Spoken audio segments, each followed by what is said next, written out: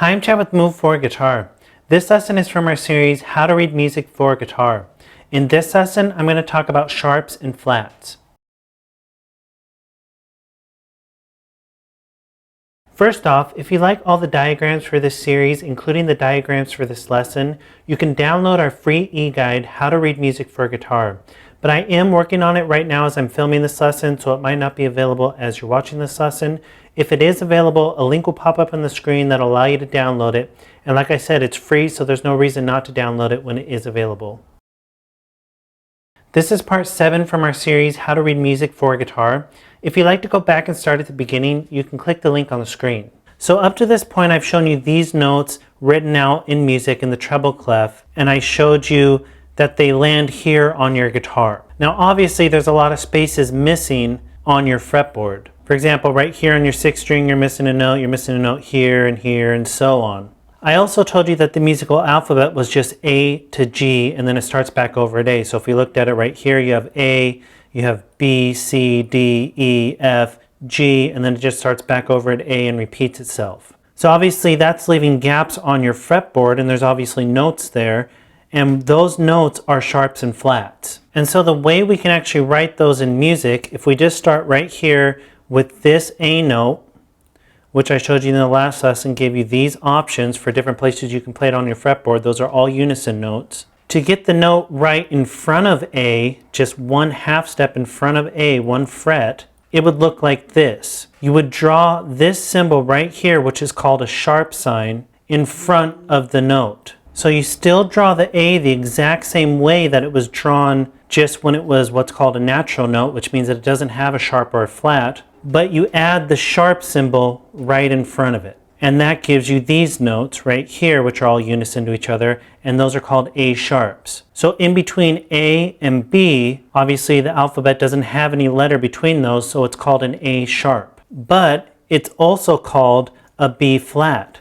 So if we had a B note, it would be drawn right here on the staff, but to get it down one half step, we would add a flat to it, and that would be called a B flat, and it would be right here in the exact same spot that the A sharp was, and those would be your unison notes of B flat. And that's because an A sharp and a B flat are what are called inharmonic equivalents, meaning they have different names, but they're the same pitch. So even though these look like they're different pitches in music when it's written out, because this B is obviously written higher, with this flat symbol that lowers it down a half a step, and with this sharp symbol it raises this one half a step, which puts it on your same spot on your fretboard or on any instrument you're playing that's in the treble clef. So A sharp and B flat are the exact same notes with different names, and what you call it is dependent on the situation and usually the key you're in.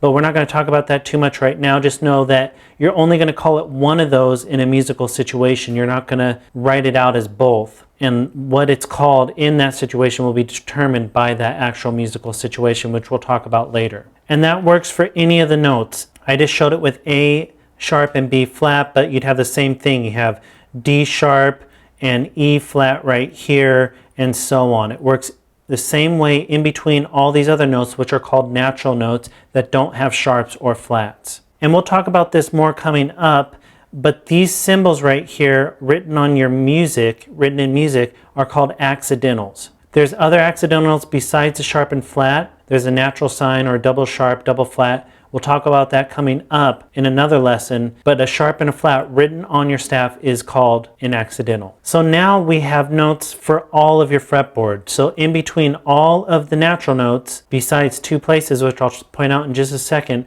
are a sharp or a flat. They're inharmonic equivalents. When you're writing it out, you might see it written as both like this, just as on your fretboard. But in a musical situation where you're actually writing notes out, you would pick one. And like I said, that is determined by different situations, different musical situations, which we'll talk about later. So the two spots, like I mentioned, that don't have a sharp or a flat are in between E and F and B and C. So E and F are natural notes, and there's no sharp or flat in between those notes because those two notes are a half step away. And if you're looking on a piano, it's where two white keys are together without a black key in between them. So if you had two white keys together and no black key, you know what that looks like. no black key like this, that spot is either an E and an F or a B and a C, because those are the only two places where you don't have an E sharp or an F flat or a B sharp or a C flat. And technically, for example, you might run into an E sharp written out on music at some point, but an E sharp is really just an F. If you're looking at your instrument, there is no E sharp written out. And don't get confused by that, we'll talk about that later. And one more thing that I'll point out really quickly, when you see this written in front of a note, that tells you to sharp a note or flat a note, but it's not always going to be written that way, and we're going to talk about this more, but you can also see it in this location at the beginning of your piece of music.